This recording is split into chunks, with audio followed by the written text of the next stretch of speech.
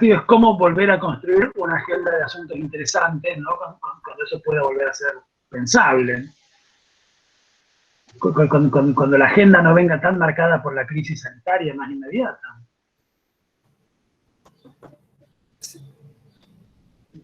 Sí, para ese entonces ya habrán llegado las elecciones, porque estaremos en campaña electoral.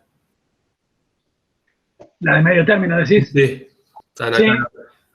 sí. Sí, un primer mandato inesperado, ¿no? De un gobierno. Si te parece, Sí. si te parece, ¿querés que arranquemos o aguantamos unos minutitos más? Vos sos el que sabe, che, ¿no? Vos sos lo que ustedes me digan. Sí, por ahí. ¿A las 10? ¿En 2 sí, minutos? 10 arrancamos. Dale, dale, dale, dale.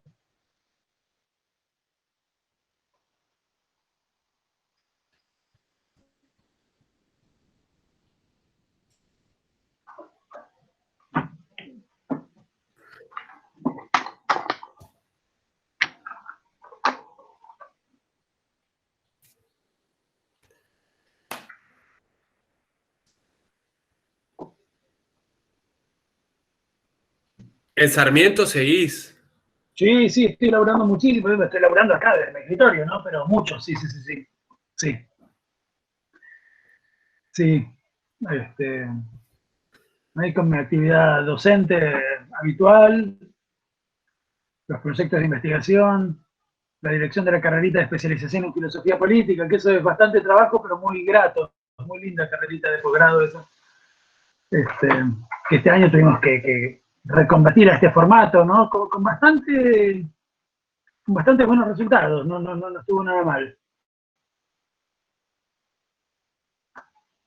¿Es nueva la especialización? No, esa carrera tiene ya como 10 o 12 años y viene abriendo sus cohortes sistemáticamente todos los años.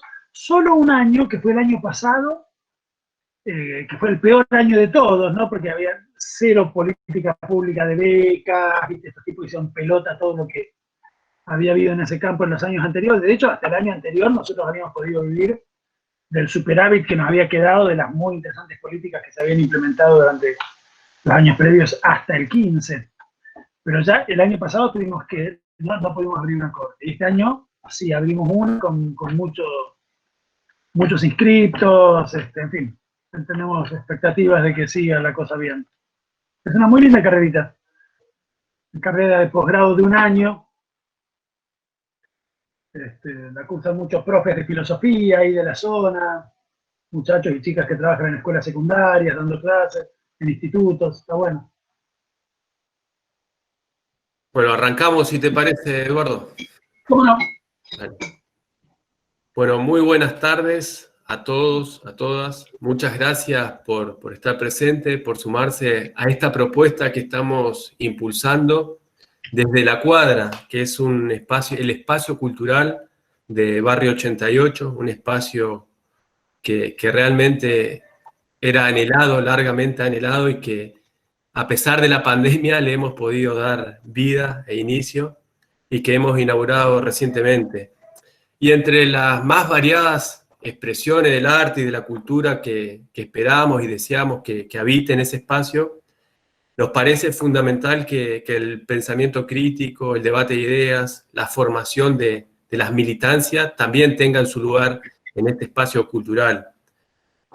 Y en este camino que empezamos a recorrer, hoy tenemos el placer de contar, bueno, con la presencia de Eduardo Rinesi, un compañero, un conocido de muchos años, que no hemos tenido posibilidad todavía, Eduardo, de intercambiar desde el espacio Barrio 88, que es un partido municipal, pero sí nos hemos encontrado en militancias previas, en la universidad, en los encuentros, así que me tomo la licencia de decir que es un honor personal también estar compartiendo este momento.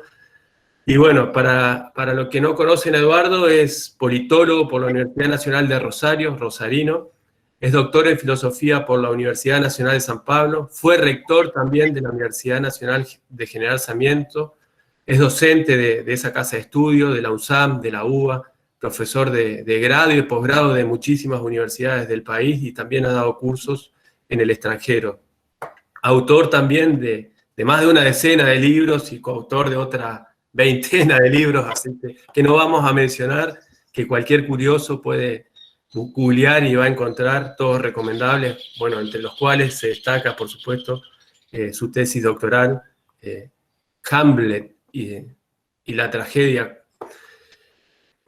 Para nosotros es importante este primer encuentro para discutir. Nos parece que una propuesta que salga desde la cuadra, que pueda discutir o sumar o nutrir el debate de ideas, el debate público. Y el título de este curso, que va a tener 3 encuentros, que es Republicanismo, Populismo y Liberalismo, los fundamentos de la democracia actual, nos parece sumamente necesario y oportuno para pensar las discusiones que tenemos que dar de cara al dramático año o a los dramáticos años que se vienen, ¿no? Tanto por las condiciones estructurales, las condiciones económicas para pensar una salida para el país, como también por lo empiojado que está el debate público y por la degradación también que ha tenido el debate público. Así que agradecerte, Eduardo, muchísimo, de verdad, por tu tiempo, por estar compartiendo este curso con la muchachada de Barrio 88 y con este espacio, flamante espacio cultural que hemos bautizado en la cuadra. Así que, muchas gracias. Bueno, muchas gracias, Guille. Un placer. Iba a decir estar allí, pero es absurda esa expresión. Uno siempre está aquí, nunca está allí. Pero en este caso, un placer estar de alguna manera allí. Voy a empezar diciendo una cosa. Cuando uno da una charla o una clase en un aula y ve que todos los estudiantes, todo el público se fueron a las filas de atrás, ¿no?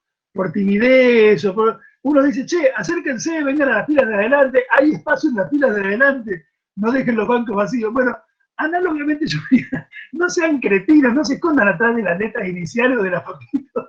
Fue la cosa más frustrante del mundo. Ya bastante desagradable es no dar clase en una aula con lo que uno extraña las aulas. Si encima uno tiene que darle clase a una F celeste, a una J naranja, a una B corta gris, la verdad es que es para cortarse las venas. Así que, a menos que estén en pijama, o cosa perfectamente comprensible, nos ha pasado a todos, estar atrás de la letra con pijama, pero si no, no sean desgraciados y mirémonos la cara. Bueno, che, quiero agradecerle mucho a Guille, quiero agradecerle mucho a la cuadra. Me encanta participar de este cursito, de esta conversación que vamos a tener durante 3 semanas, para pensar lo que llamamos, en efecto, como decía Guillermo en su presentación, los fundamentos de la democracia argentina actual, ¿no? Tres palabritas que nombran 3 tradiciones políticas, 3 familias de conceptos, de ideas, de valores, de principios: el liberalismo, el populismo y el republicanismo, pensados como fundamentos, ¿no? Como pilares de la democracia argentina actual. Quizás deberíamos empezar por esta palabrita, democracia, que es tal vez de las 4 la más complicada de todas. Palabra muy antigua, palabra que tiene 2500 años en la historia de los lenguajes políticos de Occidente, que inventaron los viejos y queridos griegos en el año del moño. Pero el hecho de que la hayan inventado los viejos y queridos griegos no quiere necesariamente decir que a los viejos y queridos griegos les haya caído bien lo que decía la palabra democracia. De hecho, los viejos y queridos griegos inventaron la palabra democracia, pero no para hablar bien de ella, sino para hablar mal de ella. La palabra democracia es una mala palabra en el lenguaje político de los griegos, es ciertamente una mala palabra, bueno, por supuesto, en el lenguaje político de un idealista como Platón, desde luego en el lenguaje político de un oligarca como Jenofonte, pero incluso en el programa político de un tipo que uno diría que se parece bastante a nuestros pensamientos sociales y políticos más avanzados de la actualidad, como el viejo y querido Aristóteles, un tipo con toda la onda, que si fuera argentino sería peronista seguro. Incluso en Aristóteles la idea de democracia es una idea muy problemática, no le gusta ni un poquito la palabra democracia y lo que indica la palabra democracia a Aristóteles, y más bien al contrario, la pone del lado de los regímenes corrompidos, de los regímenes desviados, de los regímenes injustos. A lo mejor alguno de ustedes tiene presente ese cuadrito de doble entrada que nos enseñaban en la escuela secundaria con los 3 regímenes buenos: la monarquía, donde gobierna uno; la aristocracia, donde gobiernan algunos; y la politeia, donde gobiernan todos, pero todos a favor del bien común. Y del otro lado del cuadrito, las corrupciones de esas formas de gobierno adecuadas. Son la tiranía, corrupción de la monarquía; la oligarquía, corrupción de la aristocracia; y la democracia, corrupción de la politeia. La democracia no está buena para Aristóteles. No es una cosa deseable. No está del lado de las cosas buenas de la vida y de la historia, sino por el contrario, del lado de las cosas malas de la vida y de la historia. Y esto por 2 razones. En primer lugar, porque la democracia es el gobierno del pueblo, es decir, es el tipo de gobierno donde se decide a través de asambleas, donde todo el mundo discute, argumenta, se impone el mejor argumento, se vota y se hace lo que decide la mayoría. Pero aquí, dice Aristóteles, que en todas las ciudades conocidas, la mayoría del pueblo es la mayoría pobre. La mayor parte del pueblo, en el sentido amplio de la palabra pueblo, los griegos decían demos, es el pueblo en el sentido estrecho de la palabra pueblo.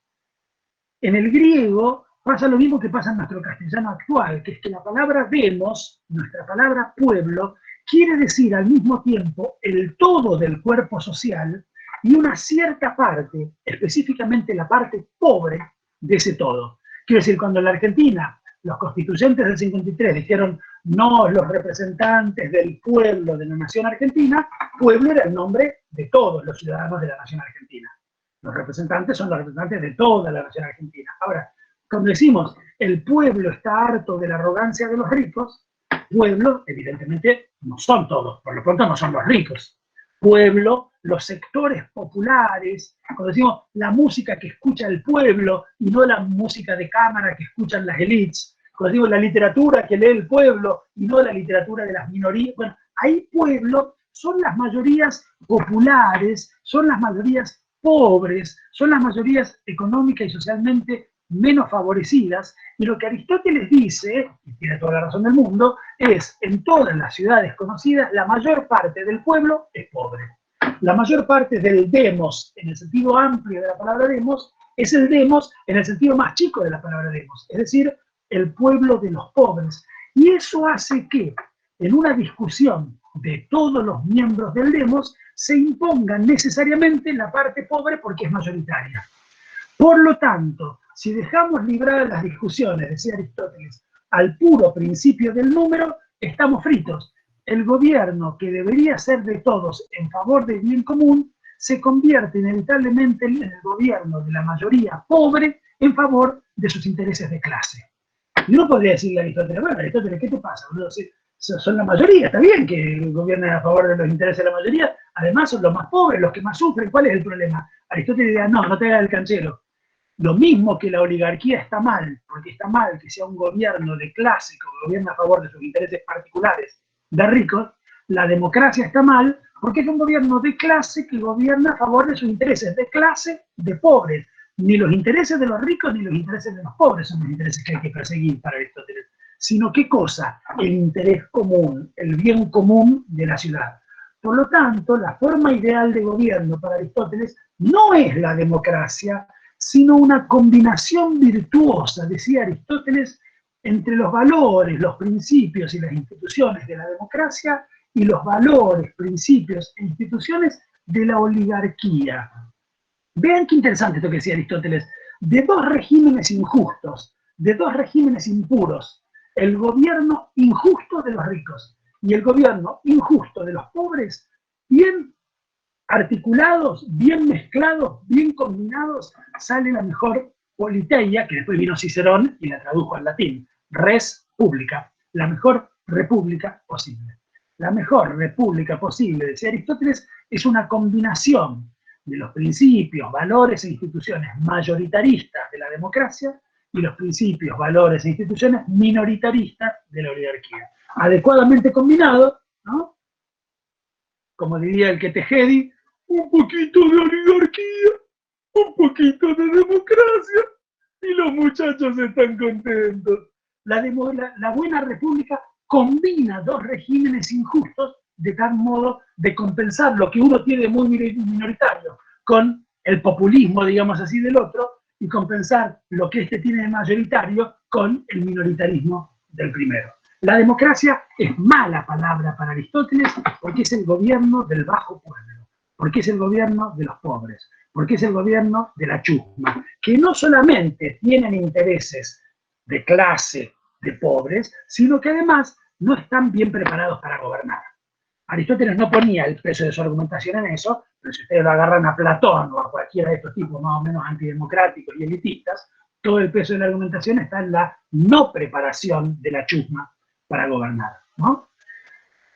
Por otro lado, y este es el segundo problema que tiene la palabra democracia para los antiguos griegos, esto es algo que escribí en un libro que sacó hace 2 o 3 años y que está muy bien, un historiador argentino que a mí me gusta mucho, que se llama Julián Gallego, hace historia antigua, historia griega, pero pensando mucho en los debates filosóficos políticos contemporáneos, y este libro es muy lindo, se llama La anarquía de la democracia, y lo que dice allí Julián es, entre los antiguos griegos, el principio democrático de la soberanía popular implicaba que el pueblo era soberano, es decir, que el pueblo era el que decidía, es decir, que la decisión de cualquier asamblea popular tenía que valer más que las leyes escritas y que las instituciones de la ciudad.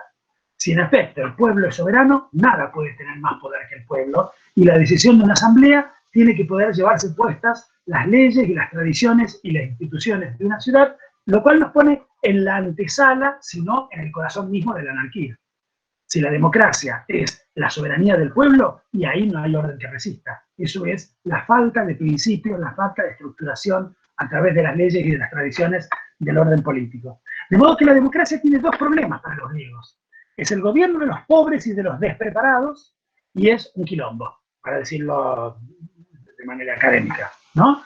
Y la verdad de la milanesa es que si uno estudia la historia de la palabra democracia a lo largo de los siglos, yo les diría que durante no menos de 24 de los 25 siglos que tiene de militancia en el lenguaje político occidental, la palabra democracia fue una mala palabra de los lenguajes políticos exactamente porque siempre acarreó este doble prejuicio. Uno agarra cualquier autor de cualquier época, del siglo II antes de Cristo, del siglo VII después de Cristo, del 7 después de Cristo nadie hablaba de democracia, eso era una ocurrencia disparatada solo de los que leían antiguo griego, o en el siglo XIX, y la palabra democracia es mala palabra porque es el gobierno de la chusma y porque es un quilombo. Recién en el siglo XX, recién entrado el siglo XX, recién después de la Primera Guerra Mundial, y la verdad, que si me apuran un poco les diría, recién después de terminada la Segunda Guerra Mundial, cuando el liberalismo político dominante colonizó la idea de democracia y la volvió mucho menos peligrosa que lo era para los antiguos griegos, y la convirtió apenas en una forma de gobierno de las élites políticas que simplemente pueden ser elegidas y renovadas cada X cantidad de años por el voto universal de los ciudadanos. Quiero decir, recién cuando democracia vino a querer decir una forma de oligarquía electiva, recién entonces la palabra democracia sacó carta de ciudadanía en el discurso político occidental, fue aceptable en el discurso político occidental, y le empezamos a poner un gran signo más en la cabeza, a tal punto que, como dice un historiador inglés de las ideas, que a mí me gusta mucho, se llama John Donne, en el siglo XX nadie puede iniciar una conversación sobre política sin empezar por aclarar que él está del lado de la democracia.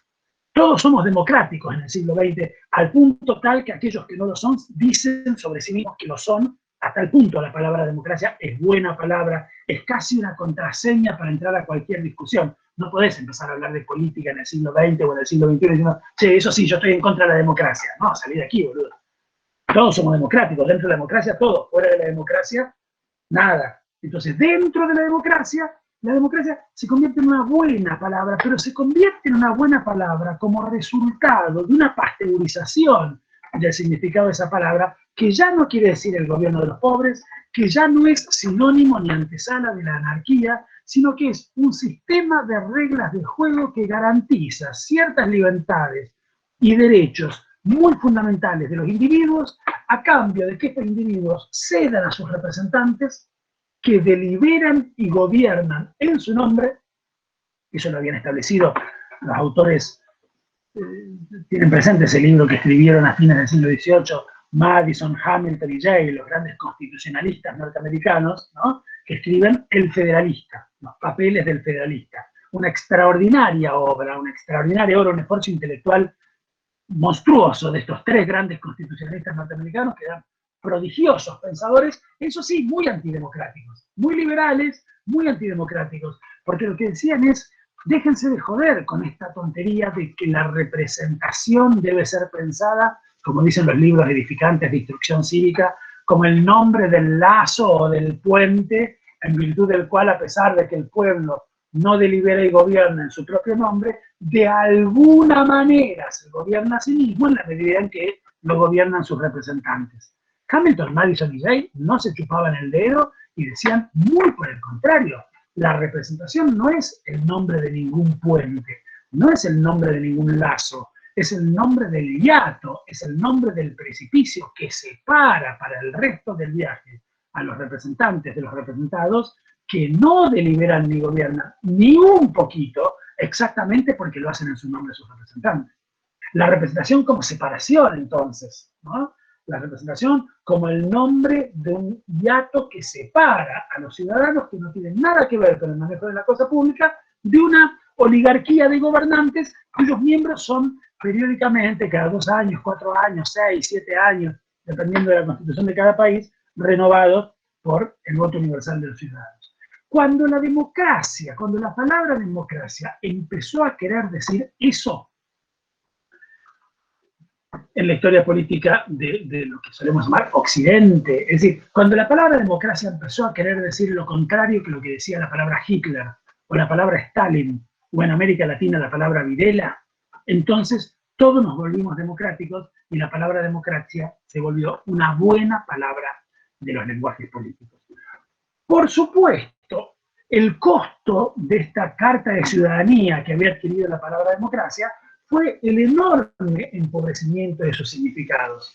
La democracia, entendida en el sentido liberal más estricto, no es otra cosa que un sistema de reglas de juego que le garantiza a los ciudadanos que nadie se va a meter con su domicilio, nadie se va a meter con su correspondencia, nadie se va a meter con sus creencias religiosas, nadie se va a meter con su intimidad, a cambio de que él delegue en un representante el derecho a manejar su vida. Ese es el pacto, el contrato liberal, digamos. El contrato liberal es: yo te prometo a vos que no voy a entrar en tu casa por la noche, no te voy a violar la correspondencia, no te voy a agarrar de las clenchas y llevarte en cana sin juicio previo, vos dame a mí el derecho a mandar y prometeme que te quedás en tu casa y que no jodés.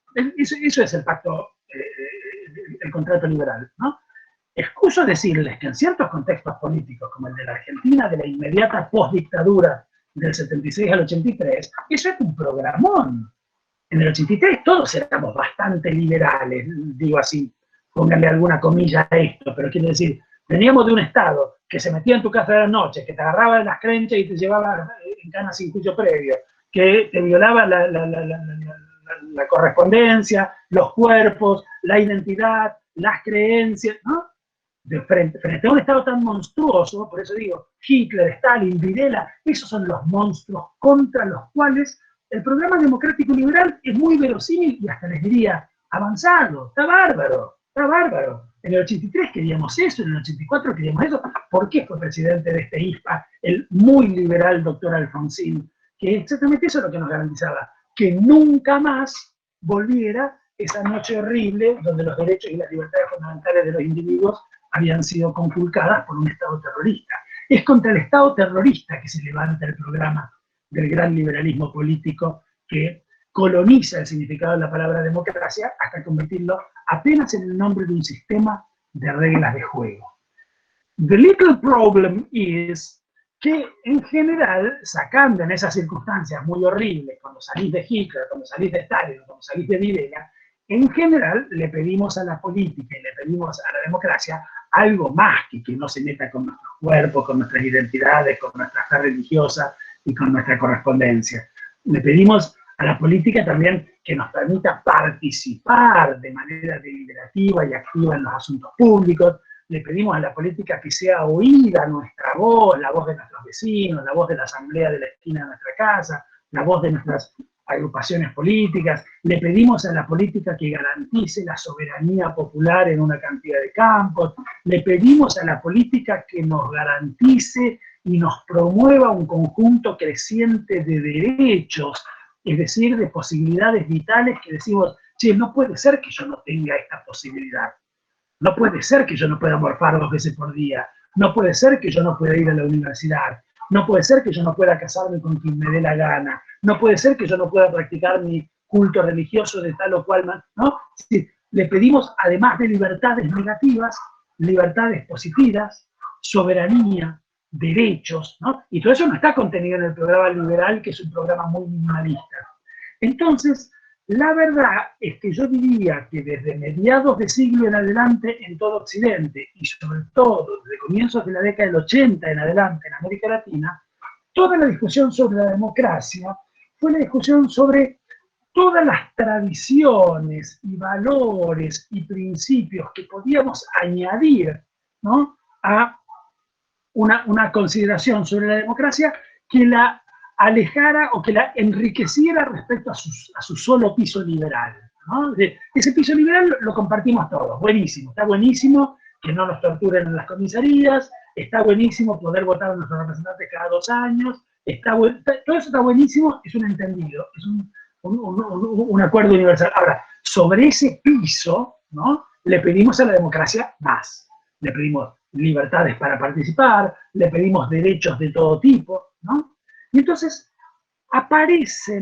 comparecen, digamos, ¿no?, comparecen en la discusión un conjunto de otras tradiciones, un conjunto de otros universos discursivos, un conjunto de otros sistemas de principios y de valores que van enriqueciendo nuestra idea sobre la democracia. Entonces, un poco la hipótesis muy simple y muy general que organiza este mínimo cursito de 3 reuniones es que la democracia argentina, tal como hoy nos la representamos, combina, articula, suma los principios, los valores, las instituciones de 3 grandes tradiciones políticas.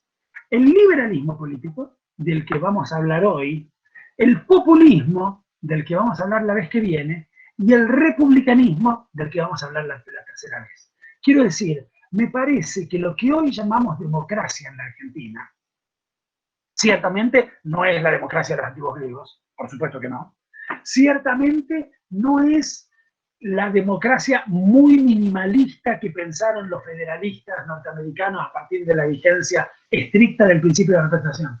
Es sobre ese piso, ¿no?, lo que resulta de la articulación, de la conjunción, de la suma de principios, valores, ideas, pensamientos liberales, populistas y republicanos, ¿no? Y posiblemente uno podría incorporar acá, si tuviéramos más jueves, uno podría incorporar otras tradiciones también. No estoy diciendo que estas 3 tradiciones agoten todo lo que hoy dice la palabra democracia en la Argentina.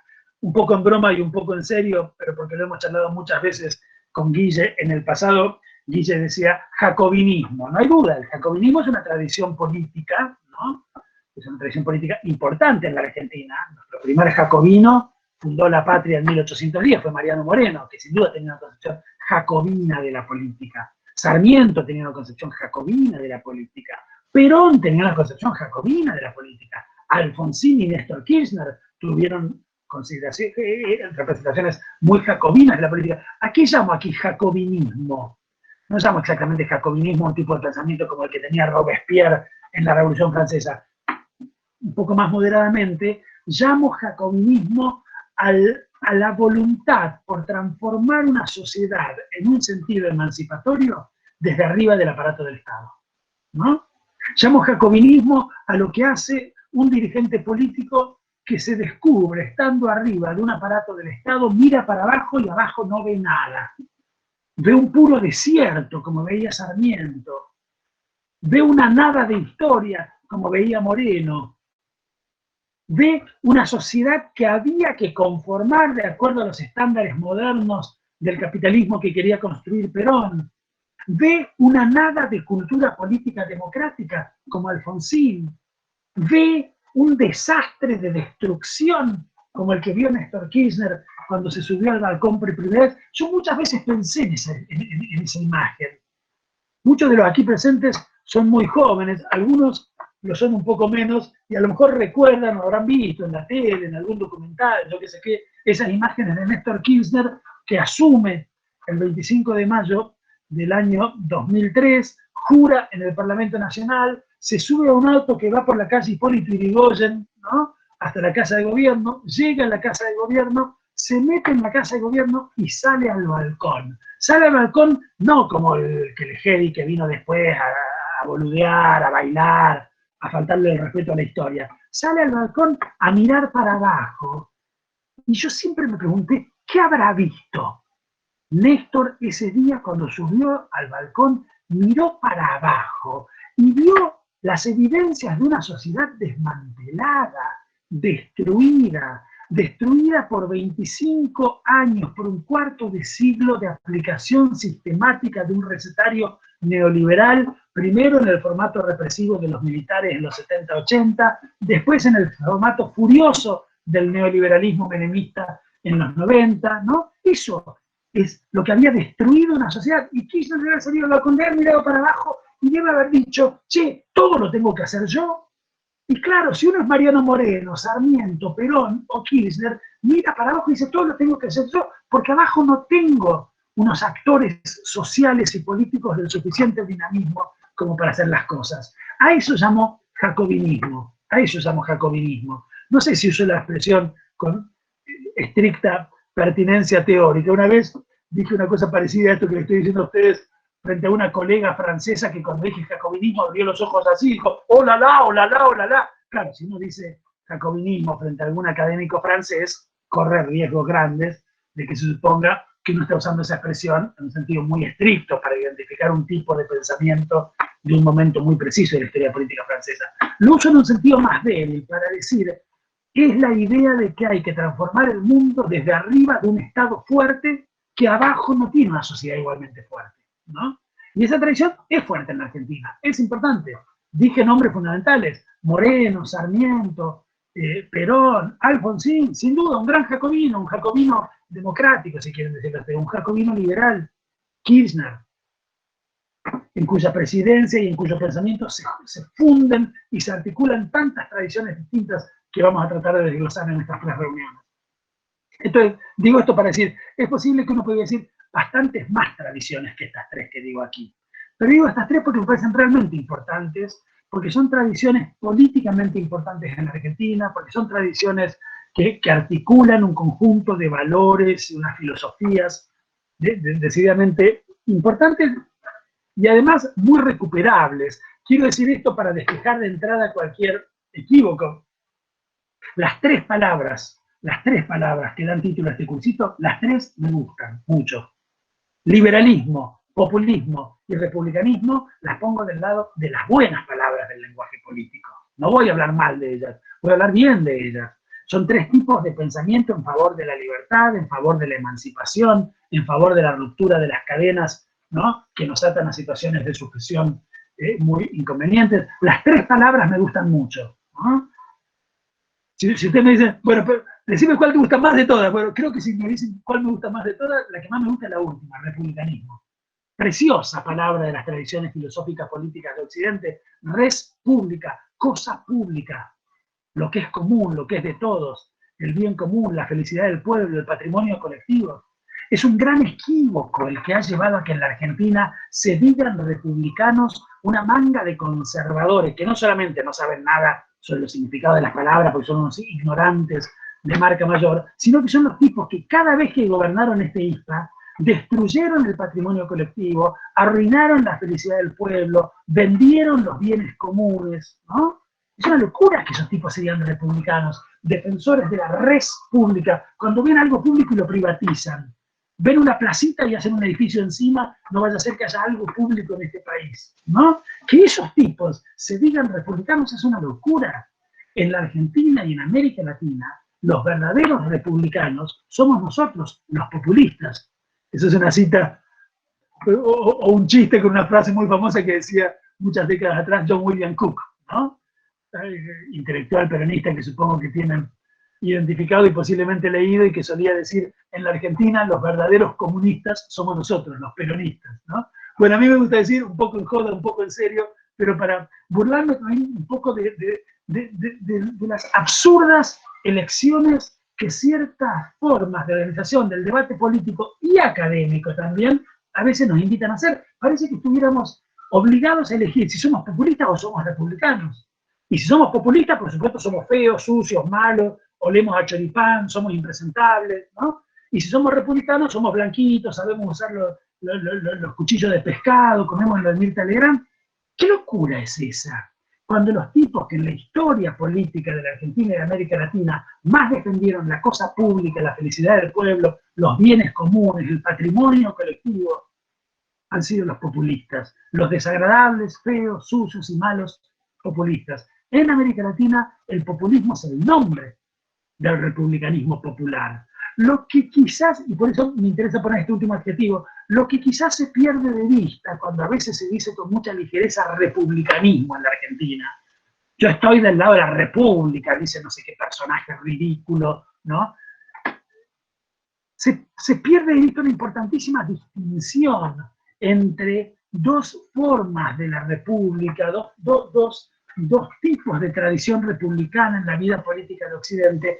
Una, la que podemos llamar el republicanismo aristocrático o de minorías, en el que uno piensa cuando piensa en Esparta, en el que uno piensa cuando piensa en el Renacimiento italiano en Venecia, y otro, el republicanismo popular o republicanismo de mayorías, en el que uno piensa cuando piensa en Atenas, en el que uno piensa cuando piensa en Roma, en el que uno piensa cuando piensa en el Renacimiento italiano, no en Venecia, sino en Florencia, ¿no? Maquiavelo distinguía entre esos dos tipos de repúblicas. Dice, una cosa es la república serena, decía él, ¿no? Virtuosa, de las buenas leyes y de las sabias élites de Venecia, y otra es la república popular, tumultuosa, decía Maquiavelo, enquilombada, de luchas callejeras, de luchas entre ricos y pobres, pero que a mí me gusta más, decía Maquiavelo, que la virtuosa Venecia, porque no cambio la potencialidad que tienen las luchas como forjadoras de mejores leyes por la serenidad que me da unas leyes aprobadas de una vez y para siempre y que excluyen al pueblo del manejo de la cosa pública. Me parece que los que se llaman a sí mismos en los grandes diarios y en los canales de televisión republicanos en América Latina, en realidad enarbolan una idea de república muy minoritarista, muy antidemocrática, muy antipopular, y que la otra tradición republicana, la ateniense, la romana, la florentina, la democrática, la popular, la enarbolamos nosotros, los populistas, que no creemos que haya que elegir entre populismo, palabra que también me gusta, y republicanismo popular, porque el populismo es el nombre del republicanismo popular en América Latina. Entonces, la palabra república vamos a tratar de desmenuzarla un poquito en nuestro tercer encuentro. La palabra populismo la vamos a tratar de desmenuzar un poquito en nuestro próximo encuentro, el segundo. Es una palabra que tiene mala prensa, es una palabra que en general se usa de un modo muy despreciativo. Se usa el populismo como el nombre de un tipo de experiencia política y de liderazgos políticos y de movimientos políticos y de identidades políticas que están mal, que son inadecuados, que son incorrectos, que son falsos, que no deberían ser. El populismo es el nombre de lo que no debería ser, el nombre de una especie de inadecuación de las cosas en la historia, ¿no? El populismo es lo que se zafa o se corre de los modelos, ¿no? de la forma de organización política y social de las sociedades serias de Occidente, ¿no? El populismo supone liderazgos carismáticos, suponen pueblos tumultuosos, suponen cosas difíciles de clasificar, que no se sabe bien si son fascistas de izquierda, caudillismo, no sé qué cosa. Bueno, todo ese modo muy tonto, muy pobre, muy precario de pensarse el problema del populismo, vamos a tratar de pensarlo un poquito mejor la vez que viene, no necesariamente o no únicamente alrededor de las muy interesantes enseñanzas de Ernesto Laclau, aunque algo diremos sobre Ernesto Laclau. Más bien me interesa que pensemos un asunto fundamental, me parece, para nuestro pensamiento político habitual, que es el concepto de pueblo y cómo la palabra pueblo, ¿no? Ocupa un lugar central en nuestro pensamiento político. ¿Qué decimos cuando decimos pueblo? ¿Qué decimos cuando decimos populismo, entendiendo cuando decimos populismo que el pueblo es el sujeto de la política y de la historia, ¿no? Vamos a ir incluso a fuentes muy clásicas de este populismo contemporáneo. Quizás hasta nos animemos a decir algo sobre algunos grandes pensadores populistas, ¿no? De la modernidad más tradicional. John Locke era un populista. Pasó a la historia de las ideas como un liberal, nunca fue liberal John Locke. Está mal decir que John Locke fue un liberal. John Locke no fue un liberal. John Locke no fue un liberal. Es cierto que después de que John Locke estaba muerto y recontramuerto, lo leyeron los grandes liberales europeos del siglo XIX, que vuelven liberal todo lo que tocan y todo lo que leen. Miran para atrás a partir de su poderosa máquina de pensar y de leer, que es su paradigma liberal, y vuelven liberal todo lo que leen. Cualquier cosa que se pone en la cárcel un liberal se vuelve liberal. Isaías Berlin escribió que Maquiavelo había sido liberal. Isaías, boludo. Es que es muy liberal Isaías Berlin. Es uno muy liberal, muy liberal, muy liberal. Mira para atrás, lo ve a Maquiavelo y va a ser liberal a Maquiavelo. Pero eso me parece un exceso interpretativo ya en el límite de lo grosero.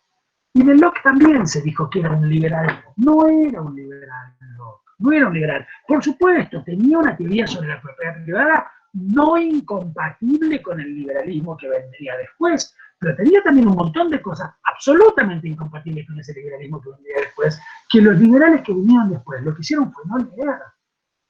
Como su idea de que cuando un pueblo está siendo gobernado con injusticia, tiene el derecho y la obligación ante Dios, ¿qué liberal dice eso?, de levantarse en armas contra el tirano y derrocarlo. Encuéntrenme un liberal que diga que el pueblo es sujeto de la historia, que tiene obligaciones ante Dios y que se puede y se deben tomar las armas para derrocar a un tirano. Eso es una locura para el liberalismo.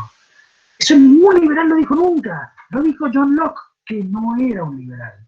Lo hizo el liberal la lectura de los liberales posteriores a él. Pero John Locke era un populista, un revolucionario, un republicano neo-romano y un cristiano, un militante cristiano.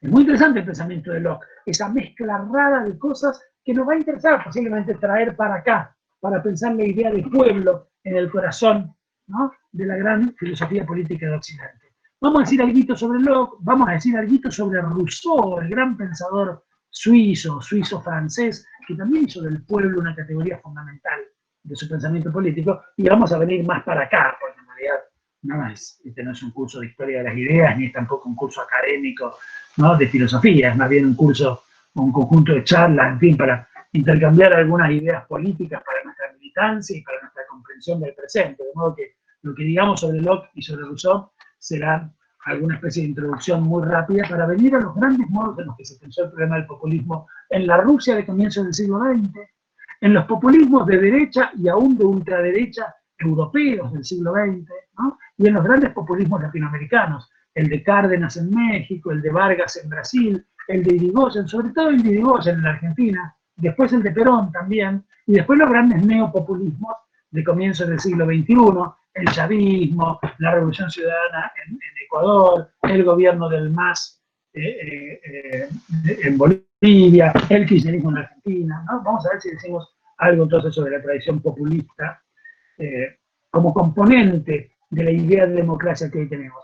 Hoy me gustaría, en el ratito que nos queda, decir algo entonces sobre el liberalismo como gran tradición filosófica y política que es un componente fundamental de lo que pensamos hoy cuando decimos la palabra democracia, ¿no?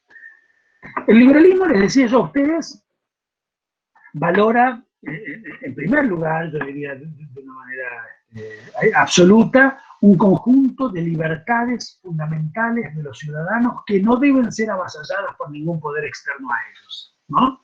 A esas libertades la gran tradición liberal del siglo XIX la llamó libertades negativas.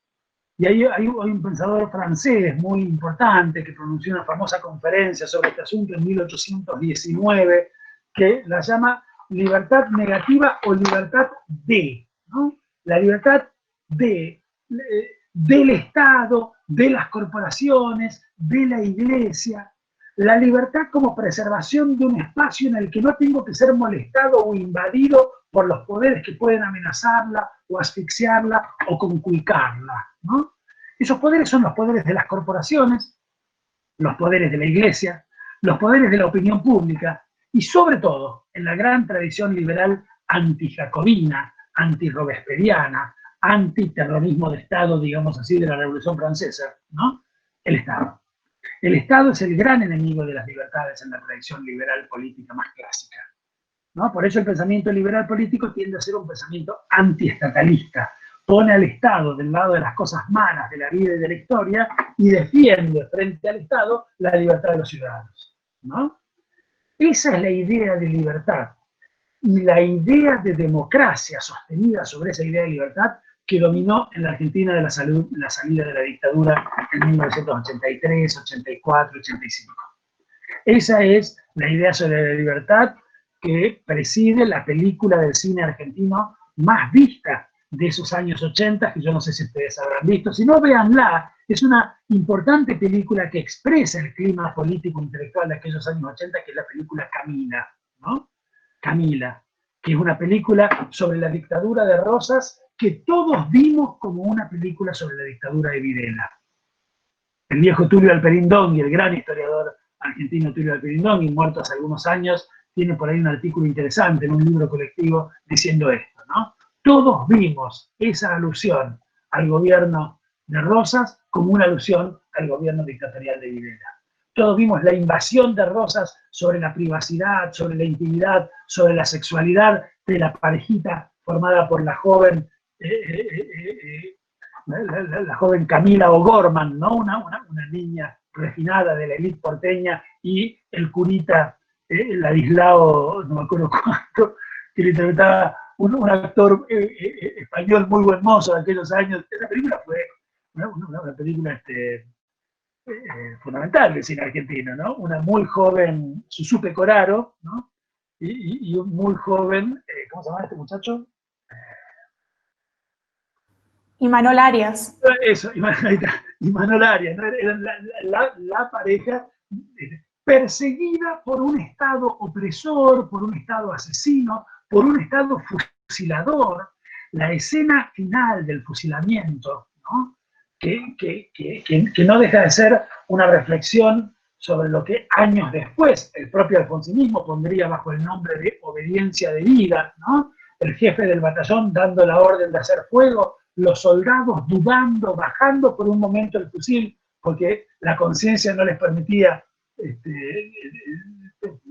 fusilar a la parejita, y el jefe del pabellón gritando más fuerte, y quiero recordar que apuntándole con una pistola en la cabeza a uno de los fusiladores. Es el gran tema de la obediencia o la no obediencia a las órdenes monstruosas y aberrantes, como se decía. Están todos los temas del alfonsinismo en esa película, pero está sobre todo el tema de la libertad individual frente a las invasiones o a los abusos autoritarios de un Estado intolerante, ¿no? La tolerancia, esa vieja palabrita de la tradición liberal, la tolerancia a las creencias religiosas, tolerancia a las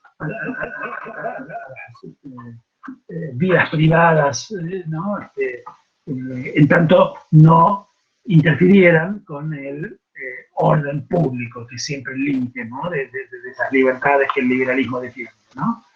Entonces, el liberalismo tiene un apego fuerte a esas libertades individuales, la libertad de opinión, la libertad de prensa, la libertad de culto, la libertad de elección, ¿no? Y supone un contrato, decíamos hace un rato, entre esos ciudadanos que quieren ver garantizadas esas libertades y unos representantes en quienes delegan, a cambio de que les garanticen esas libertades, el derecho a mandar, ¿no? Ese es el pacto, ¿no? Cuando se dice pacto, contrato, ese es el contrato. Yo te dejo que vos me mandes, ahora vos garantizame a mí que no te vas a meter con mi vida, con mi sexualidad, con mi correspondencia, con mis libertades fundamentales, ¿no? Esa idea es una idea dominante en algunos momentos de la vida política argentina, quizás el gran momento del auge del liberalismo político en la Argentina haya sido, como se dijo tantas veces, como lo hemos leído en tantos libros de historia, el momento del gobierno de la generación del 80, ¿no? Cuando el general Roca termina el exterminio, ¿no?, de los habitantes originarios del sur argentino en 1879, cuando termina la campaña del desierto, y termina de convertir a la Argentina en el desierto que el liberalismo siempre había soñado. La Argentina no era un desierto, estaba llena de gente al norte, al oeste, al sur, ¿no? Hubo que matarlos a todos, de eso se ocuparon los generales del ejército argentino en la década del 70. El general Mitre mató a todos los paraguayos al norte, el general Sarmiento mató a todos los gauchos al oeste, el general Roca mató a todos los indios al sur.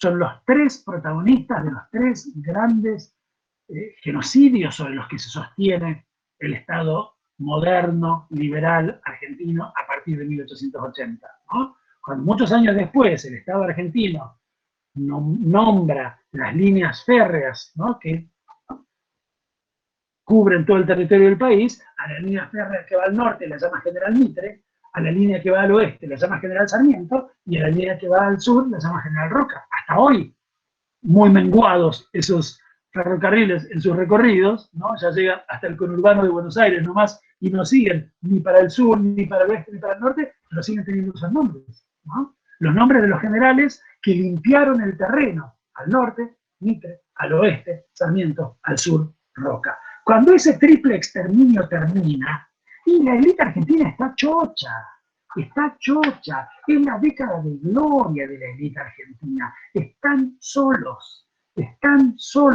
y pueden dar rienda suelta a su liberalismo político de libros, porque en efecto no tienen nadie que los joda. No hay más paraguayos que matar, no hay más gauchos que matar, no hay más indios que matar. Estaban los miembros de la élite y las ovejas en este ISPA. Las ovejas estaban en el campo engordando y los miembros de la élite estaban en la ciudad de Buenos Aires haciendo una sola cosa, conversando. Les recomiendo mucho la lectura de los grandes textos de ese enorme crítico literario argentino que fue David Viñas, ¿no? Literatura argentina y política, la crisis de la ciudad liberal, los grandes textos de Viñas sobre el cambio de siglo del 19 al 20 y sobre esta élite conversadora que no tenía motivos de preocupación. Entonces, iban del círculo de armas al restaurante Pedemonte, del restaurante Pedemonte al Jockey Club, del Jockey Club al Parlamento Nacional, y en todos los lugares conversaban y gozaban de esas libertades liberales que nadie les disputaba, ¿no? Porque todavía no habían bajado de los barcos los impresentables de nuestros bisabuelitos y tatarabuelitos. Yo no sé cuánto cariño les tienen ustedes a sus bisabuelitos o a sus tatarabuelitos, pero quiero decirles aquí entre nosotros, eran impresentables. Eran impresentables y bajaban feos, sucios y malos, con mozzarella chorreándole de la boca de los barcos, para espanto de los viejos miembros de la élite. Ese es un momento muy importante en la historia argentina. Es un momento muy importante porque es también el momento de crisis del liberalismo, que ya no se puede dar el lujo, si quiere seguir preservando los privilegios de la élite, de seguir siendo liberal, de seguir garantizando las libertades, de seguir garantizando los derechos fundamentales de los individuos. Es el momento en que la generación liberal del 80 cede la posta a la generación positivista del 90. Muchas veces se estudia todo este periodo que va de 1880 a 1910 o 16, según como se cuente el tiempo, ¿no?, como el periodo de la generación liberal-positivista, de acuerdo, a condición de que se entienda de que ese guión no supone una continuidad, sino una tensión. Esta élite fue tanto más liberal cuanto menos positivista, y tanto menos liberal cuanto más positivista. Y cuando llegaron los impresentables de nuestros tatarabuelitos y bisabuelitos, enfermos, con la peste, acuérdense el título de esa novela de Eugenio de Cambaceres, título imperdonable de tanto conservadurismo, en la sangre, esa es la representación de la élite frente a los impresentables de nuestros tatarabuelitos que bajaban de los barcos. Traían en la sangre, ¿qué cosa? La peste física, la peste moral, la peste ideológica. Eran los muy desgraciados anarquistas, socialistas, comunistas, anarcosindicalistas, venían a hacer quilombo, eran ilustrados, venían de Europa, venían de las grandes guerras, luchas sociales europeas y de la crisis del capitalismo europeo. Por eso los miembros de la élite empiezan a adoptar medidas defensivas. Una de ellas, muy notoria, el uso del doble apellido. Se empiezan a dar 2 apellidos. Baja del barco, por ejemplo, uno, impresentable, le chorreaba la mozzarella, Rinesi, ¿no? Y lo recibía abajo en el muelle el doctor José María Ramos Mejía. ¿Qué quiere decir cuando baja del barco un Rinesi? Decir, mucho gusto, Ramos Mejía. Quiere decir una sola cosa, papi, yo estoy desde acá desde antes. Yo soy Ramos Mejía, 20.000 hectáreas por el lado de los Ramos, 25.000 por el lado de los Mejía. No me jodas, Rinesi, no me jodas. Nosotros somos Ramos Mejía y más vale que te aprendan los 2 apellidos. Mis amigos no es necesario que se aprendan los 2 apellidos. Los amigos de Ramos Mejía, ¿saben cómo le decían a Ramos Mejía? Ramos, obvio, porque no era para ellos. Borges, ¿saben cómo le decía? Bioy Casares, Bioy, obvio, porque el Mejía y el Casares son como el cuchillo de pescado, es para nosotros, para la gilada, para los que no sabemos usarlo, para los que no tenemos, ¿no? Es una señal de distinción, es como decir, ¿saben qué? Gronchos de mierda no pasarán, ¿no? Yo estoy convencido de que los miembros de la élite, cuando están solos, guardan el cuchillo de pescado y sacan nuestra tramontina. Si cortan mucho mejor, son mucho mejores, todo el mundo sabe que no hay nada mejor que un tramontina, pero cuando vamos nosotros a comer, nos ponen el cuchillo de pescado y se hacen llamar Ramos Mejía y Bioy Casares. El segundo apellido como señal de distinción y de defensa, ¿no? David Viñas dice, los recursos no liberales para la crisis del liberalismo, porque claro, entra en crisis la ciudad liberal, Y hay un cuadro, lo puse aquí en el pequeño programita que hice para este cursito que le di a Guille, un cuadro muy conocido de Juan Manuel Blanes. A lo mejor tienen presente este cuadro, está en el Museo de Arte Moderno de Montevideo. Blanes era un uruguayo, ¿no? Era un uruguayo. Juan Manuel Blanes pintó escenas fundamentales de la política argentina, de la historia política argentina. Y un cuadro muy famoso, pueden meterse en internet y lo ven, seguro que lo tienen presente, es un cuadro que se llama Un episodio de la fiebre amarilla, que es un cuadro muy, muy famoso, que en estos días argentinos tiene enorme actualidad. Yo he pensado mucho en estos cuadros, en este cuadro, en estos meses argentinos. Es un cuadro que pinta una escena en el interior de un cuarto sucio y mugriento, en un conventillo, ¿no? De gente evidentemente muy pobre, donde hay una mujer muerta tirada en el piso, ¿no? El cuadro está pintado en una perspectiva muy interesante. Si no fuera una imagen pictórica, sino cinematográfica, diríamos en contrapicado, ¿no? Porque la imagen va como de abajo arriba, en primer plano está el cuerpo muerto de una mujer, atrás, muy en la sombra, atrás de la puerta que se acaba de abrir, está el cuerpo moribundo de un hombre, o tal vez muerto, quizás ya sea un cadáver, evidentemente el marido de la mujer, y prendido al pecho de la mujer, tratando de tomar todavía algo de leche de ese pecho ya exangüe, ¿no? Un bebito, ¿no? El único que está vivo adentro de esa escena. Y se abre la puerta y aparece en el umbral de la puerta mirando de arriba abajo, porque es muy alto, desde la altura de su saber, desde la altura de su gran elegancia también, un médico, el doctor Argerich, que mira desde la altura de su saber médico la escena. El problema de la mirada es un asunto fundamental en la historia política argentina y Blanes lo entendió bien. Pintó grandes cuadros sobre las miradas de la élite liberal argentina. El otro gran cuadro de Blanes, que está en el Museo en el Museo Histórico Nacional de Buenos Aires, allí ¿cómo se llama el parque que está allí en... El Parque Lezama. Bueno, gracias a Cecilia, que ya es la segunda vez que me salva de mi arteriosclerosis. En el Parque Lezama, no, entre la cuarentena y que estoy lejos de Buenos Aires, ya me olvido hasta cómo se llaman los parques de mi ciudad.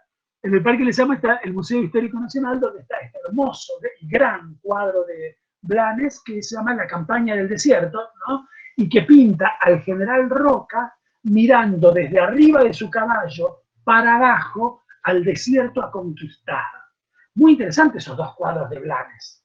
El cuadro del general conquistador que mira desde arriba del caballo, desde arriba del poder, desde arriba de las armas, desde arriba, desde Buenos Aires, al desierto que está en el sur a conquistar, y el cuadro del doctor Argerich, que mira desde arriba de la ciencia, ¿no? El cuadro del cuerpo de la mujer muerta y el lobito prendido a su pecho, ¿no?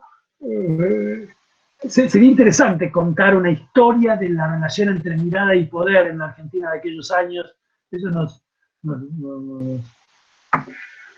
llevaría a algunas escenas muy interesantes, sin duda, ¿no? Menciono solamente una, déjenme mencionar una escena fundamental. Esta no forma parte de ningún cuadro, sino una fotografía.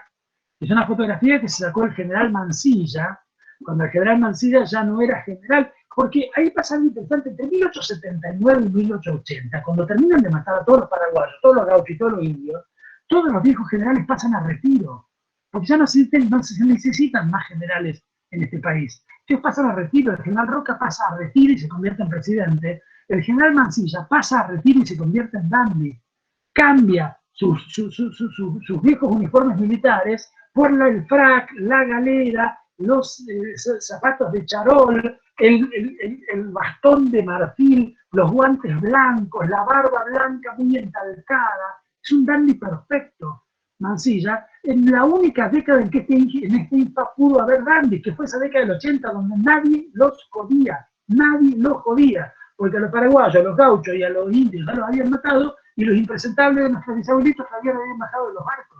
Nadie los jodía. Y entonces una tarde Mansilla compró un estudio de fotografía que ya había en la ciudad de Buenos Aires, era un consumo caro la fotografía, y eran fotografías de estudio que se hacían con esas viejas máquinas, ¿no? Que llevaba varios segundos sacarse la foto porque la iluminación era muy precaria, no es como ahora que nos sacamos fotografías con el celular, ¿no? Era una operación sacarse una foto, y eran fotos de estudio, posadas, que por supuesto salían en blanco y negro y que después un pintor pintaba, era todo un arte sacarse fotos. Y Mansilla se saca una foto muy elaborada, muy estudiada, que es, a lo mejor la vieron, está en los libros de historia argentina, es una fotografía extraordinaria porque es Mansilla mirándose, lo hace a través de un juego de espejos, ¿no? Evidentemente con el fotógrafo, se debe pasar un rato largo armando esa escena, en la que Mansilla dialoga con 6 o 7 Mansillas en un círculo perfecto y cerrado. Es genial esa foto. Es una gran reflexión de Mansilla sobre en qué se había convertido la vida de la élite argentina en esos años 80. Como no había nadie alrededor, más que ovejas, los que habían estado ya lo habían matado todos, los que iban a venir todavía no habían llegado, conversan. Es Mansilla conversando consigo mismo. Es genial. Mansilla era un humorista extraordinario, y esa foto es de un gran sentido de humor. Mansilla y otros 5 o 6 Mansillas mirándose las barbas y los ombligos, porque nadie perturba, porque nadie molesta. Vean entonces qué interesante estos 3 momentos en la historia de la relación entre mirada y poder en la Argentina. La mirada del poder conquistador que mira el desierto que va a conquistar, la mirada del poder que ya lo conquistó todo y que se mira ahora solipsistamente a sí mismo, y la mirada del poder de la ciencia, del poder médico, que mira ahora un cuerpo muerto por la peste. Cuando llegan los impresentables de nuestros bisabuelitos y tatarabuelitos a la ciudad de Buenos Aires, a esa ciudad la tienen que empezar a gobernar los médicos, porque la ciudad de Buenos Aires no estaba preparada para recibir tanta gente.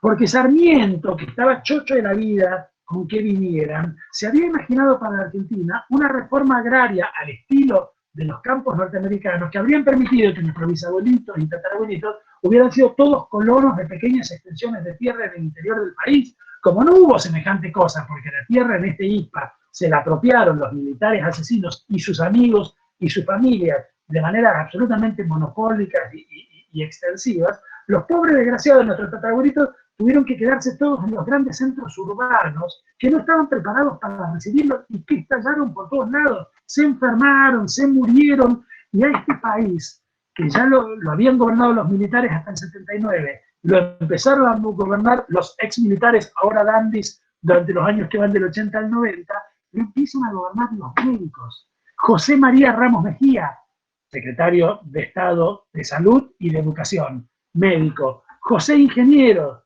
secretario privado del general Roca en su segunda presidencia, jefe de observaciones de cuanto observatorio había, y por cierto, jefe de medicina de la Policía Federal Argentina, ¿no? El anarquista y socialista José Ingeniero, cuyo socialismo liberal y laico no le impedía, en efecto, algo que nosotros hoy consideraríamos más tensionado con una identidad semejante, ¿no? El ministro de Educación y Culto, Eduardo Wilde, médico, autor de una tesis doctoral sobre el hipo. O sea que es muy gracioso, Eduardo Wilde, otro humorista extraordinario, responsable de que la Argentina haya roto en aquellos años, por primera y única vez en su historia, relaciones diplomáticas con el Vaticano. El Vaticano había querido tener incidencia sobre la designación de un rector de un colegio católico de la provincia de Salta, y Wilde, eso es un liberal, eso es un liberal, un gran liberal. Dijo Wilde, de ninguna manera el rector de ese colegio lo pone el gobierno nacional, y rompió relaciones diplomáticas. Es la primera y única vez en la historia argentina que el Estado argentino rompe relaciones diplomáticas con el Vaticano, relaciones que repondrá Roca después en su segunda y mucho más prudente, ¿no?, presidencia. Es interesante ese episodio, que revela hasta qué punto la cuestión religiosa era una cuestión que no tenía cabida en el ideario liberal de la generación del 80, ¿no? Ahora, cuadro de Juan Manuel Blanes, el médico como que se dice, el descanso de la puerta abierta, mirando desde la estatura de su saber científico ese cuerpo que está en el piso, en ese cuadro inmundo, ese cuarto inmundo de chico, precario, de ese conventillo.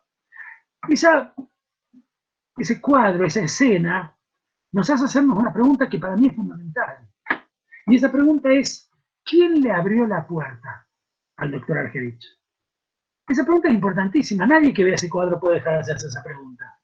Adentro, un tipo posiblemente muerto en un catre, si no está muerto, está agonizando en un catre, un chiquito que evidentemente no llegaba al picaporte, y una mujer muerta en el piso. Y la puerta, sin embargo, abierta. Y atrás, y en el vano de la puerta, un médico mirando la escena. ¿Quién le abrió la puerta al doctor Argerich? Única respuesta posible, nadie. El doctor Argerich forzó la cerradura. Forzó la cerradura para entrar porque había un bien en juego más valioso que la libertad individual que defienden los liberales, a saber, la salud pública y la vida del chiquito. Y a mí me parece bien que haya violado la cerradura el general Argerich.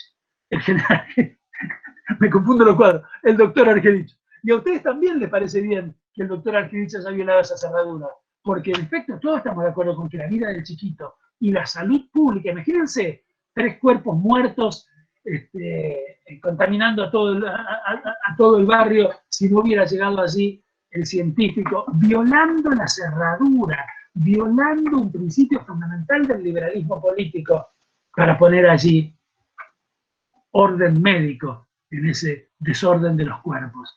Ese cuadro a mí me parece muy importante porque me parece que marca un punto de inflexión, un punto de tensión en la relación entre el liberalismo político y el positivismo científico en la Argentina. Cuando el bien mayor de la salud justifica la violación de algunas libertades fundamentales del liberalismo, el liberalismo va dejando de serlo en nombre de los valores de la ciencia, en nombre de los valores de la salud pública, en nombre de los valores que representa en ese cuadro la figura sin duda dominante del doctor Argerich, ¿no? Digo esto para señalar hasta qué punto fue exigua y después muy intermitente y muy menor la presencia del liberalismo como ideología organizadora del pensamiento político y de la acción de los gobiernos en la Argentina posterior. La verdad es que durante el siglo XX fueron escasos los momentos en los que uno puede decir tenemos aquí un gobierno liberal.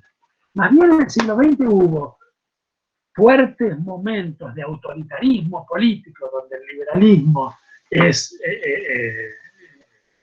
trastocado por el principio antiliberal del orden, las dictaduras, la del 30, la del 55, la del 76, o bien momentos en los que otro tipo de valores, los de una democracia social, los de la preocupación por los derechos, empezaban a resultar dominantes respecto a los viejos valores tradicionales del liberalismo más convencional, ¿no?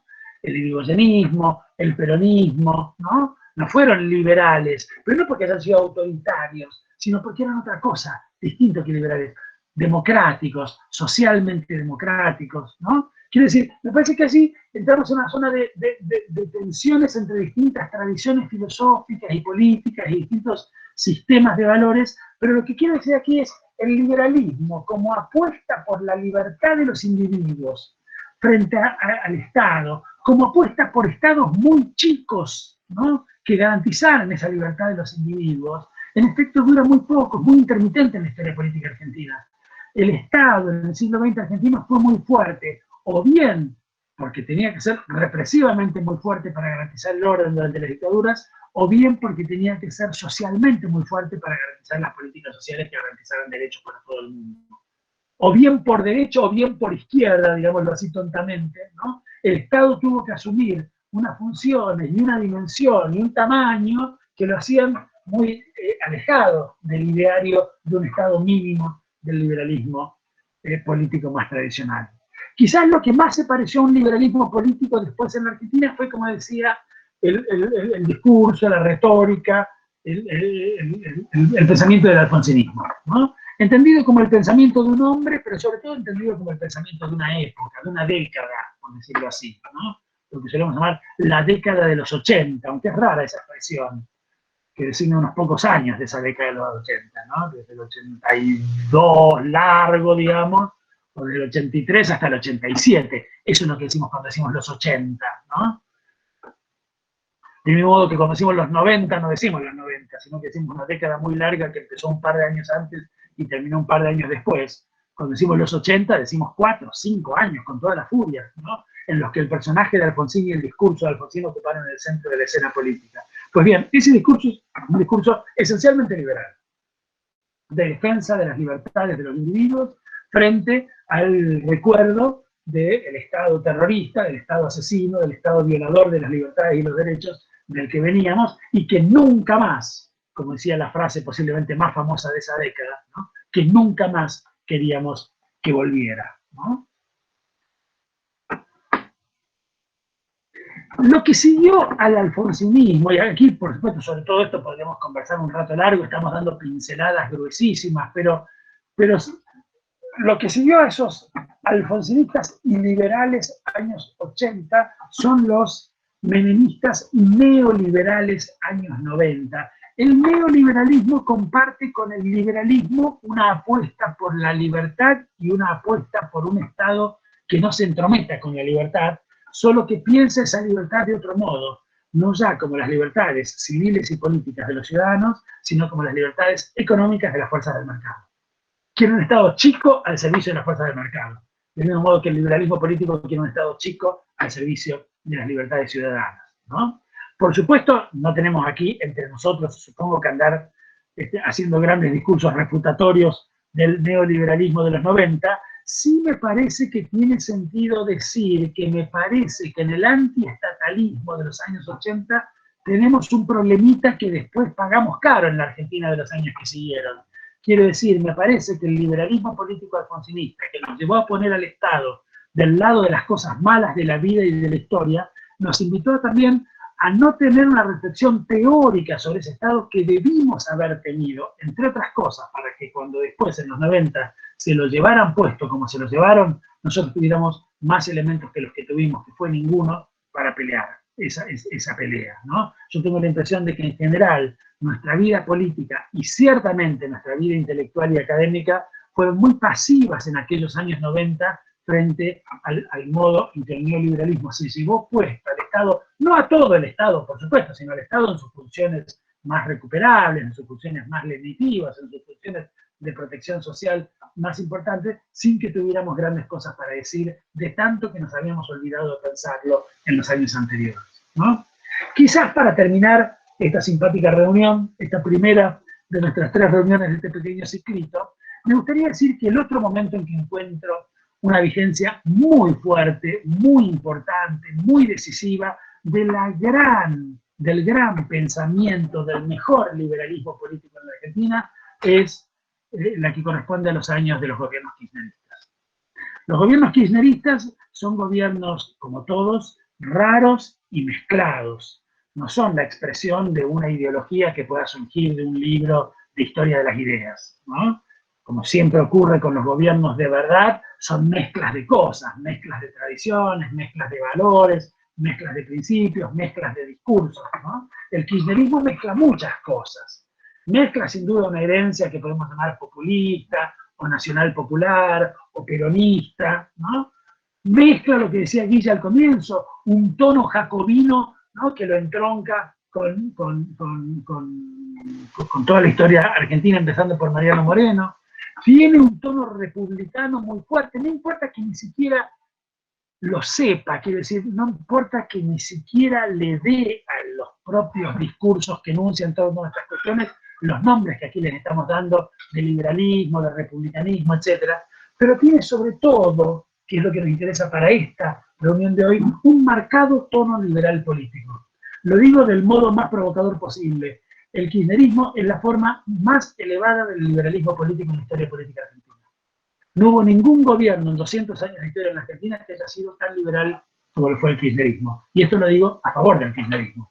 No importa que el kirchnerismo no lo sepa, no importa que el kirchnerismo no le dé el nombre de liberalismo político a las cosas muy liberales que hizo a lo largo de sus 12 años de gobierno. Pero la eliminación de las figuras de las calumnias y de las injurias, del mapa de las posibilidades de censura estatal a la más irrestricta libertad de prensa que haya conocido este ISPA en 2 siglos de historia, pertenece a la gran tradición liberal y es algo tan liberal, pero tan liberal, pero tan liberal que ninguno de los liberales que gobernaron este país se animó a hacer jamás. Ninguno de los gobiernos que se dieron a sí mismos el calificativo de liberales en la historia política argentina o a las que los grandes diarios calificaron como liberales, se animó a eliminar la figura de las calumnias y las injurias de las posibilidades de censura estatal a la libertad de prensa. Ninguno de los gobiernos que gobernó este país, llamándose a sí mismos liberales, se animó a pedirle a las fuerzas de seguridad de la nación que le garantizaran el orden en los actos públicos de protesta sin llevar pistolas en sus cartucheras. Y había que leer los editoriales de los diarios que se llaman a sí mismos liberales durante aquellos años, preguntándose cuándo le iban a devolver las pistolas a esos caballeros, que así ya no se podía vivir. Quiero decir, el kirchnerismo fue mucho más liberal que nadie y mucho más liberal que lo que él mismo lo supo, porque la palabra liberalismo en la tradición nacional, popular, peronista, a la que el kirchnerismo pertenece, es mala palabra. Aquí estoy tratando de sacar la palabra liberalismo de esa zona de las malas palabras. No porque me interesa andar recuperando palabras, pero porque me interesa no perderme los valores asociados a esas palabras. ¿Cómo no vamos a reivindicar con entusiasmo esa gran acción de defensa de las libertades individuales que supone decirle a la cana, van sin pistolas, me garantizan el orden y van sin pistolas?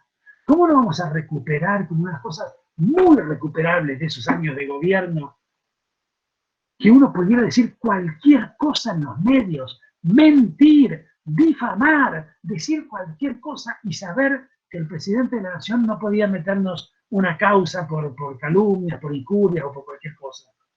¿Cómo no vamos a celebrar la absolutamente liberal y ni un milímetro más que liberal, ni un milímetro más que liberal Ley de Servicios de Comunicación Audiovisual, que es una ley que defiende el principio liberal de la competencia y de la lucha contra los monopolios y de la libertad de opinión y de la libertad de expresión y de la libertad de los individuos de ser bien informados por los medios?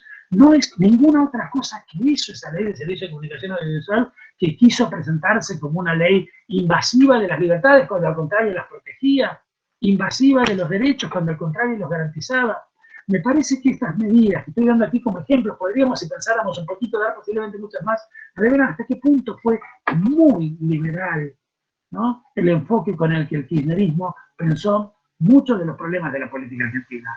Fue el gobierno que sin duda más se preocupó en la historia argentina del siglo XX por las libertades individuales, por la tolerancia de las opciones personales más diversas en todas las materias, ¿no?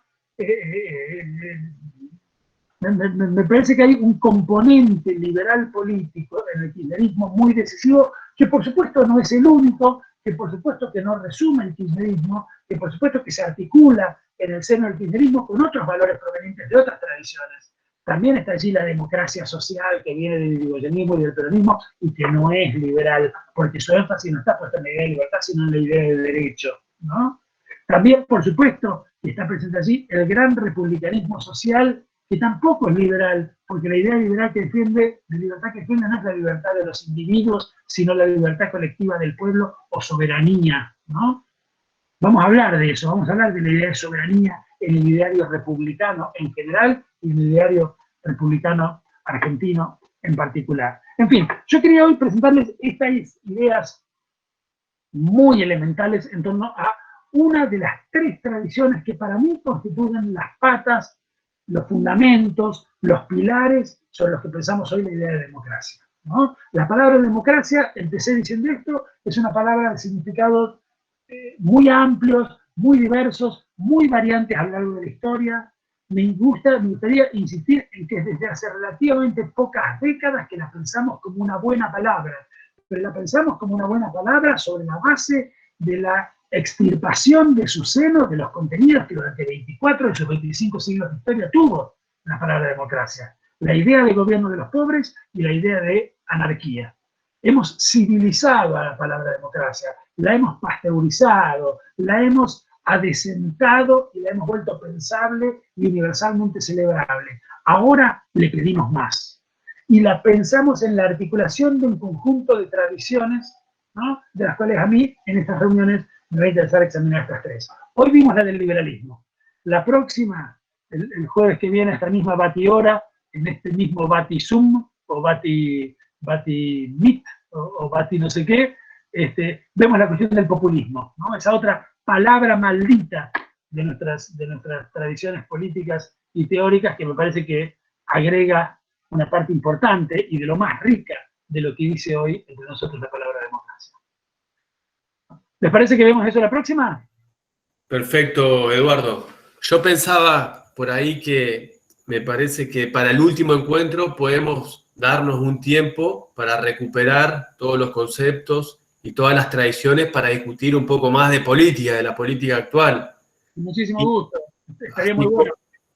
Me parece darnos un tiempito más, patear para el último encuentro y ahí abrir un poco más el intercambio y el debate. Y señalar por ahí que acá en Santa Fe tuvimos problemas con Giarredo, problema de conexión, que se está grabando también para el resto de por ahí que no pudo ver completa o vio interrumpida la transmisión. Se está grabando y le vamos a pasar el link. Así que eso por ahí va a favorecer que hagamos la tarea. Después vemos también si podemos acercar o facilitar algún material, algún texto por ahí amigable, como en estos tiempos que cuesta tanto leer, algunos textos como para enriquecer un poco la discusión, si te parece. Con mucho gusto, Guille. Yo te diría...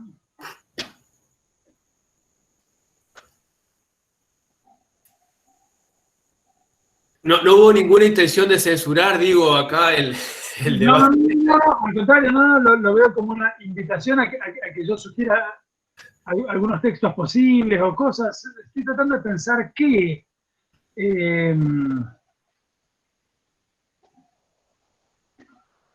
¿saben qué les recomendaría si...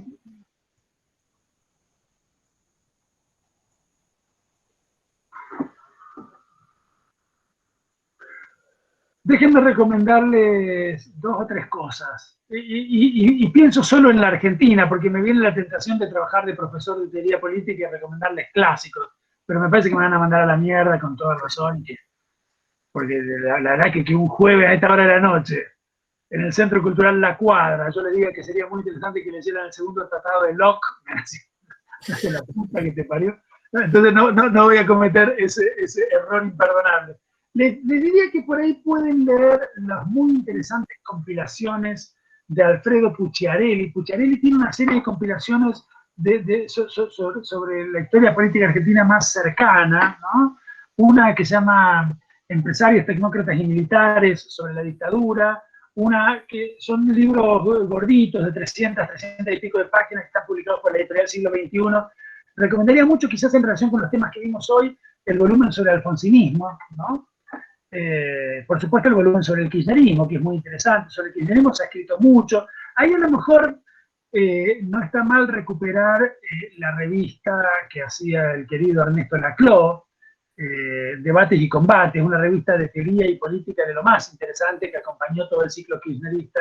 Allí hay algunos artículos que puede ser interesante ojear.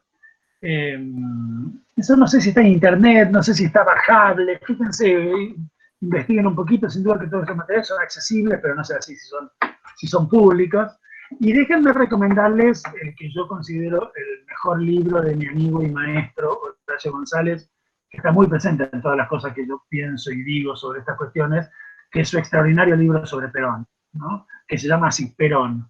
Perón, Reflejos de una vida, es un libro extraordinario que me parece que también tiene el enorme interés de permitirnos pensar en un personaje fundamental, central de la vida política argentina del siglo XX, bastante lejos de las anteojeras conceptuales más previsibles y más tradicionales, ¿no? Es decir, me parece que a Horacio le interesa ver también qué había en el pensamiento de Perón, de su formación liberal de juventud, del positivismo de los libros científicos que leía.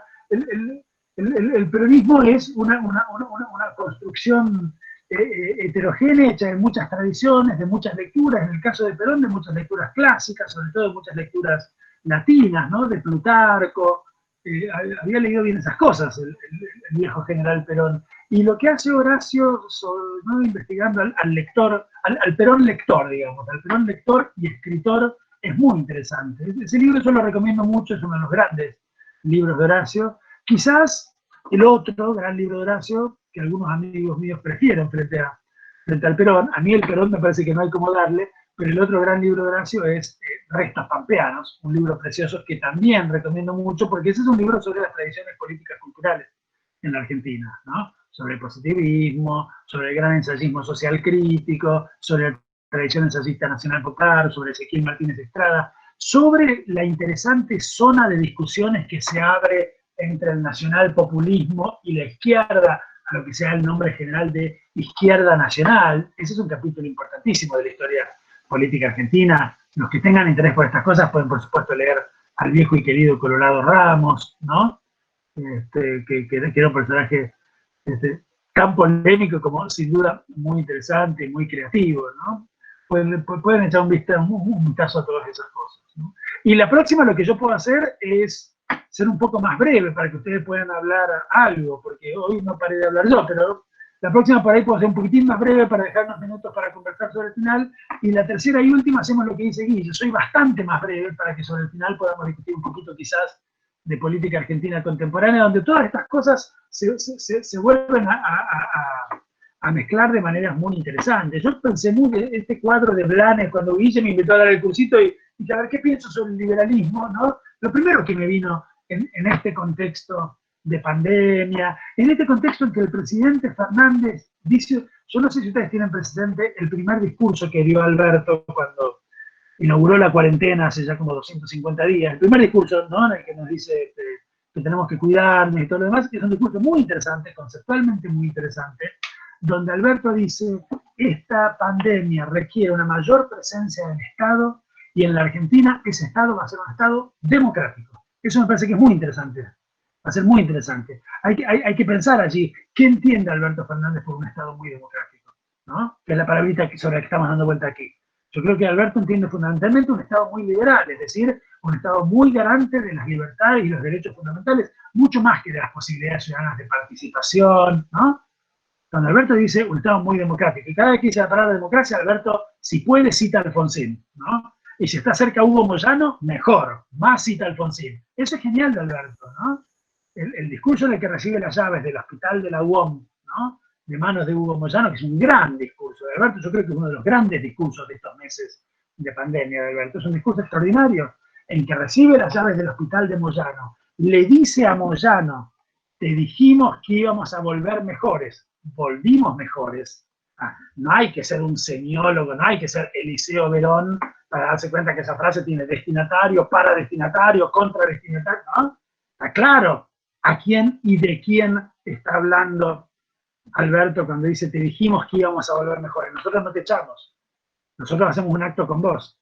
Y en el acto recordamos cuando nos comimos ese asadito en tu casa, que estaban los pibes, ¿no? Una escena peronista, que no puede ser más peronista, esa escena, y después de esa misa peronista, dice, porque como decía mi gran amigo, el doctor Alfonsín, yo lo quiero mucho, el doctor Alfonsín, y le tira por la cabeza a Hugo Moyano la ética de la solidaridad de Raúl Alfonsín, como si no hubiera en la tradición peronista un manantial de fuentes para hablar sobre solidaridad sin necesidad de pensar en este personaje que proviene de una muy otra tradición, pero que también integra el ideario albertista, ¿no? Igual que el kirchnerismo, igual que el alfonsinismo, igual que el peronismo de Perón, el albertismo es una mezcla de tradiciones, porque la historia siempre es mezcla de tradiciones. Los presidentes no son tipos encargados de poner sobre el suelo de la historia alguna teoría que le hicieron en los libros.